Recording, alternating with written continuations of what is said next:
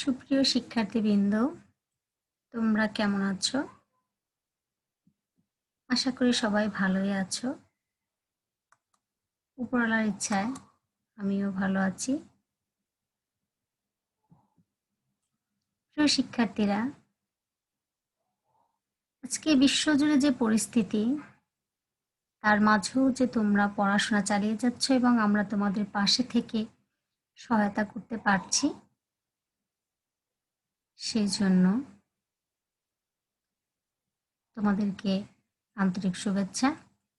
সেই সাথে অভিভাবকদেরকেও জানাচ্ছি আন্তরিক শুভেচ্ছা, অভিনন্দন। তারা তোমাদেরকে সহায়তা করছে। তোমরা কিন্তু পড়াশোনা থেকে কেউ পিছিয়ে নেই। তোমাদের গতিতে তোমরা চলছো, আমরা তোমাদের পাশে থেকে সহায়তা করছি। প্রিয় শিক্ষার্থীরা, আজকে আমার পাঠের বিষয় হচ্ছে বাংলা দ্বিতীয় পত্রের এমসিকিউ নিয়ে আলোচনা করব। সামনে তোমাদের ফাইনাল সেমিস্টার পরীক্ষা সিলেবাস অনুযায়ী বাসায় বসে সবাই পড়বে এবং আমরা যে ক্লাসগুলো দিচ্ছি সেই ক্লাসগুলো মনোযোগ সহকারে দেখবে, অবহেলা করবে না, কারণ এই ক্লাসগুলো তোমাদের অনেক সহায়তা করবে। এসো শিক্ষার্থীরা, আজকে আমরা আমাদের ক্লাসটা দেখি। আমি শুরুতেই তোমাদের সবাইকে স্বাগতম জানাচ্ছি। শিক্ষক পরিচিতি, আমি কৃষ্ণারানী, প্রভাষক Bangla, Majid foundation school and college, Naria, Shariatpur. আজকের পাঠ হচ্ছে বাংলা দ্বিতীয় পত্র। তোমাদের বই হচ্ছে বাংলা ভাষার ব্যাকরণ, বাংলা দ্বিতীয় পত্র, শ্রেণী নবম, লেকচার 3। প্রিয় শিক্ষার্থীরা, ইতিমধ্যে আমি তোমাদের সিলেবাস অনুযায়ী ফাইনাল সেমিস্টার পরীক্ষার জন্য দুটি এমসিকিউর ক্লাস দিয়েছি। আজকে হচ্ছে ক্লাসের 3য় পর্ব। আজকে আমি তোমাদের সামনে সমাস নিয়ে আলোচনা করব। প্রিয় শিক্ষার্থীরা, আশা করি মনোযোগ সহকারে ক্লাসটি উপভোগ করবে। আজকের পাঠের বিষয় হচ্ছে বাংলা ব্যাকরণ, সমাস। এসো শিক্ষার্থীরা, শুরুতে আমরা সমাস সম্পর্কে একটু জেনে নেই। তোমাদের পাঠ্য বইয়ের 61 পৃষ্ঠায় 6ষ্ঠ পরিচ্ছেদে সমাস বিষয়টি আছে। আগে আমরা জানি সমাস কাকে বলে। দুই বা ততোধিক পদ এক পদে পরিণত হওয়াকে সমাস বলে। কি বলছে? দুই বা তার বেশি পদ যখন এক পদে পরিণত হয় তখন তাকে সমাস বলে। যদি বলি উদাহরণস্বরূপ, সিংহ চিহ্নিত আসন, কি হবে? সমাস হবে আমাদের, সমস্ত পদটা হবে সিংহাসন। ঠিক তাহলে সমাস শব্দের অর্থ কি? যেহেতু এমসিকিউ ক্লাস, তো তোমাদের আমি যতটুকু বললাম তার সেখান থেকে কিন্তু দুটো এমসিকিউ হতে পারে।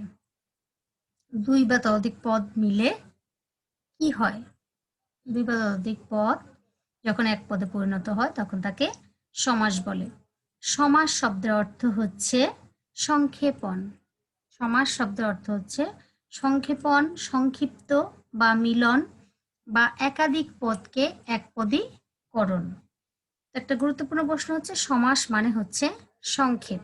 বড় একটা শব্দকে ছোট করে উপস্থাপন করাই হচ্ছে তোমার সমাস। সমাসের প্রক্রিয়ায় সমাসবদ্ধ বা সমাস নিষ্পন্ন পদটির নামই হচ্ছে সমস্ত পদ। সমাস নিষ্পন্ন পদটির নাম কি?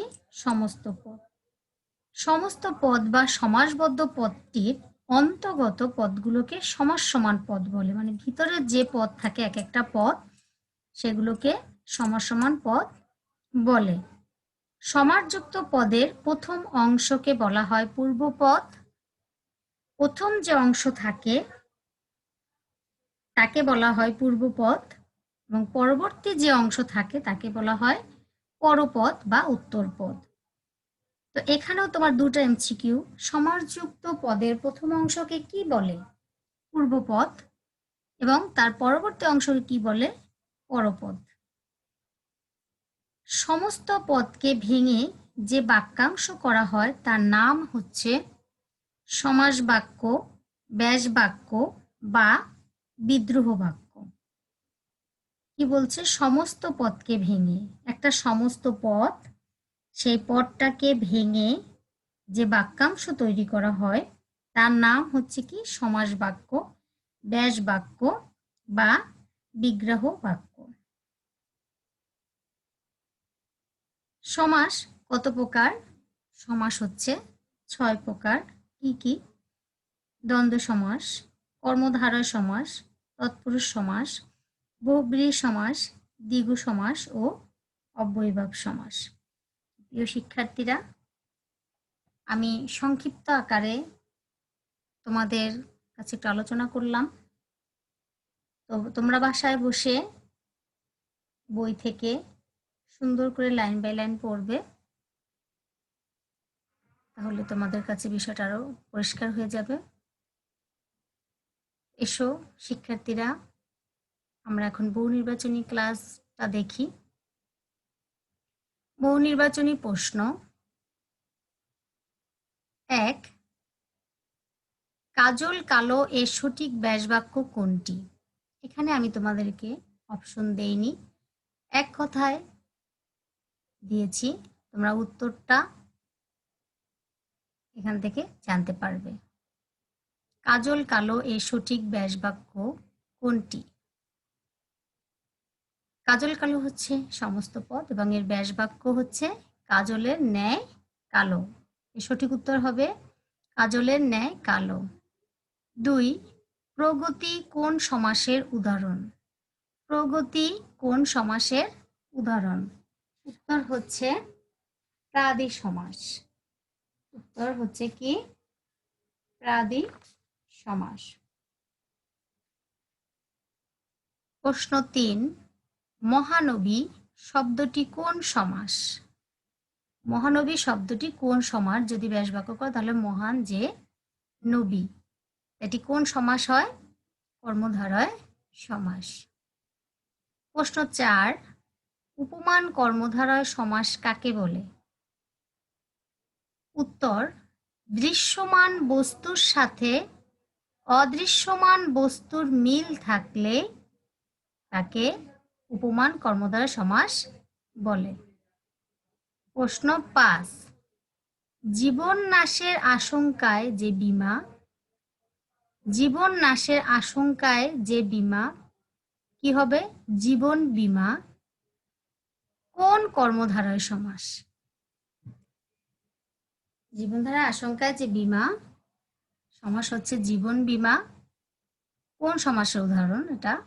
কোন সমাস হবে? উত্তর হবে মধ্যপদলোপী কর্মধারয় সমাস। প্রশ্ন 6, কয়টি সমাসের সাথে অলুক কথাটি যুক্ত আছে? কয়টি সমাসের সাথে অলুক কথাটি যুক্ত আছে? উত্তর 3, 3টি সমাসের সাথে অলুক কথাটি যুক্ত আছে। প্রশ্ন 7, জলচর কোন তৎপুরুষ সমাস? জলচর কোন তৎপুরুষ সমাস? উত্তর হচ্ছে সপ্তমী তৎপুরুষ সমাস। প্রশ্ন 8, উপনদী সমস্ত পদের উপ কি অর্থে ব্যবহৃত হয়েছে? এটা অব্যয়ীভাব সমাস হয়। এর উত্তর হচ্ছে কি অর্থে? উপটা কি অর্থে ব্যবহৃত হয়েছে? এখানে ক্ষুদ্র অর্থে ব্যবহৃত হয়েছে। উত্তরটা হবে ক্ষুদ্র অর্থে ব্যবহৃত হয়েছে। প্রশ্ন 9, রূপক কর্মধারয় এর সমস্ত পদ কোনটি? উত্তর হচ্ছে বিষাদ সিন্ধু। এর ব্যাসবাক্য করলে কি হয়? বিষাদ রূপ সিন্ধু। প্রশ্ন 10, পঙ্কজ কোন তৎপুরুষ নিষ্পন্ন শব্দ? পঙ্কজ হচ্ছে, এর উত্তর হবে উপপদ তৎপুরুষ নিষ্পন্ন শব্দ। প্রশ্ন 11, কোন সমাসবদ্ধ পদটি দ্বিগু সমাসের অন্তর্ভুক্ত? সংখ্যা বুঝাতে কিন্তু দ্বিগু সমাস হয়, সমাহার সংখ্যা, সেহেতু এখানে উত্তরটা আছে তেপান্তর। তোমরা ব্যাসবাক্য বইতে দেখতে পারবে। প্রশ্ন 12, সমাস কত প্রকার? আমি শুরুতেই বলেছিলাম সমাস হচ্ছে 6 প্রকার। তো সমাস কত প্রকার? উত্তর হচ্ছে 6 প্রকার। প্রশ্ন 13, চিরসুখী এর ব্যাসবাক্য কোনটি? চিরসুখীকে যদি আমরা ব্যাসবাক্য করি তাহলে এর উত্তর কি হবে? চিরকাল ব্যাপিয়া সুখী। প্রশ্ন 14, কর্মধারয় সমাসে কোন পদ প্রধান? আমি বলছি সমাসে দুটি পদ থাকে, একটা হচ্ছে পূর্বপদ আর একটা হচ্ছে পরপদ। তো প্রথম অংশকে বলে পূর্বপদ এবং পরবর্তী অংশকে বলে পরপদ। তো কর্মধারয় সমাসে কোন পদ প্রধান? পরপদ প্রধান। প্রশ্ন 15, অর্থ প্রাধান্যের দিক থেকে কর্মধারায় এর বিপরীত সমাস কোনটি? উত্তর হচ্ছে অব্যয়ীভাব সমাস। প্রশ্ন 16, উপমান কর্মধারয় সমাসের উদাহরণ কোনটি? কর্মধারয় সমাসকে আবার কয়েকটি ভাগে ভাগ করা হয়েছে: উপমান, উপমিত, রূপক কর্মধারায় এবং মধ্য পদলোপী কর্মধারায়। কর্মধারয় সমাসকেও বিভিন্ন ভাগে ভাগ করা হয়েছে। তাহলে এর উত্তর হচ্ছে কাজল কালো। প্রশ্ন 17, দ্বন্দ্ব সমাসের বিপরীত অর্থ প্রধান্য সমাস কোনটি? দ্বন্দ্ব সমাসের বিপরীত অর্থ প্রদান করে সে সমাস হচ্ছে কোনটি? উত্তর হবে বহুব্রীহি সমাস। প্রশ্ন 18, কানে কানে যে কথা, সমস্ত পদ হবে কানাকানি। এটি কোন সমাসের উদাহরণ? কানে কানে যে কথা, যেমন আর যদি বলি চুলাচুলি, চুলাচুলি হচ্ছে বেতিয়ার বহুব্রীহি সমাস। কানে কানে যে কথা হচ্ছে কানাকানি, এটি কোন সমাসের উদাহরণ? উত্তর হচ্ছে বেতিয়ার বহুব্রীহি সমাস। প্রশ্ন 19, চাঁদ মুখ এর ব্যাসবাক্য কোনটি?